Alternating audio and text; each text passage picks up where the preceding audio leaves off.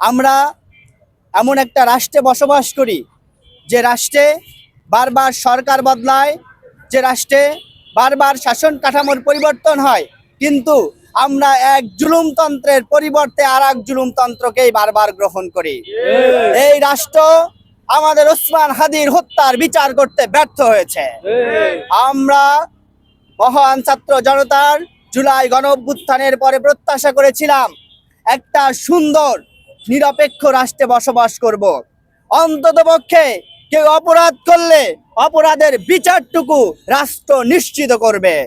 কিন্তু আমরা দেখতে পাচ্ছি মিটফোর্ডে চাঁদা না দেওয়ার কারণে পাথর দিয়ে মানুষ হত্যা করা হয়েছে, কোনো বিচার হয় নাই। ময়মনসিংহে দিবালোকে কুপিয়ে মানুষ হত্যা করা হয়েছে, কোনো বিচার হয় নাই। নরসিংদীতে আমার বোনকে ধর্ষণ করে সরিষা খেতে ফেলে দেওয়া হয়েছে, এখন পর্যন্ত কোনো বিচার হয় নাই। বিভিন্ন জায়গায় তেজগাঁও কলেজে একজন ছাত্রকে পিটিয়ে হত্যা করা হয়েছে, বিচার হয় নাই। বর্তমান সময়ে খুন, গুম, ধর্ষণ, জ্বালাও পোড়াওয়ের সরকারি মদদে এক মহোৎসব চলছে। সরকারি ট্যাগ, ক্ষমতা, দলীয় রজুর বৃত্তি পরিচয় বহন করে বিভিন্ন জায়গায় মানুষের ঘর বাড়ি পুড়িয়ে দেওয়া হচ্ছে, মানুষের সম্পদ লুণ্ঠন করা হচ্ছে, বোনদেরকে ধরে ধরে ধর্ষণ করা হচ্ছে, বিভিন্ন জায়গায় মানুষকে খুন করে দেওয়া হচ্ছে, গুম করে দেওয়া হচ্ছে, যেন দেখার কেউ নাই।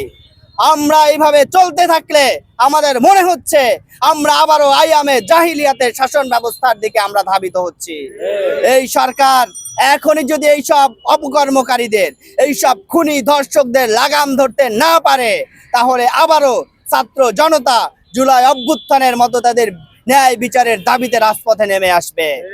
আমরা সরকারের কাছে অনুরোধ জানাই, আপনি আপনার নাম ভাঙিয়ে আপনার মদত পুষ্ট যেসব গুন্ডারা, যেসব সন্ত্রাসীরা এই ধরনের মানুষের সম্পদ লুণ্ঠন করছে, মানুষকে খুন করছে, আপনি তাদেরকে কি বিচার করছেন?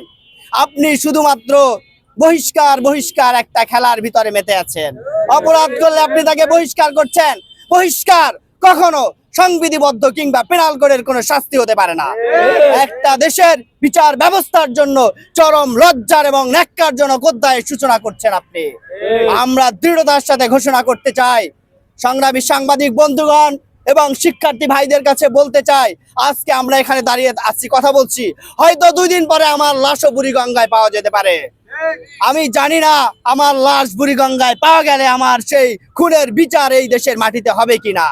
তবে আমি আপনাদের কাছে অনুরোধ জানাই, বিচার না হলেও আমাদের কণ্ঠকে যদি রোধ করা হয়, আমাদেরকে যদি ফাঁসির কাস্টে ঝুলানো হয়, গুম করা হয়, গুলি করে হত্যা করা হয়, ওসমান হাদির মতো শহীদ করে দেওয়া হয়, আপনারা আবার নতুন ভাবে আপনাদের কণ্ঠকে জাগ্রত করবেন।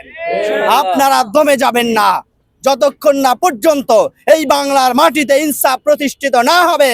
আমাদের এই সংগ্রাম অবিস্মরণীয় ভাবে চলমান থাকবে।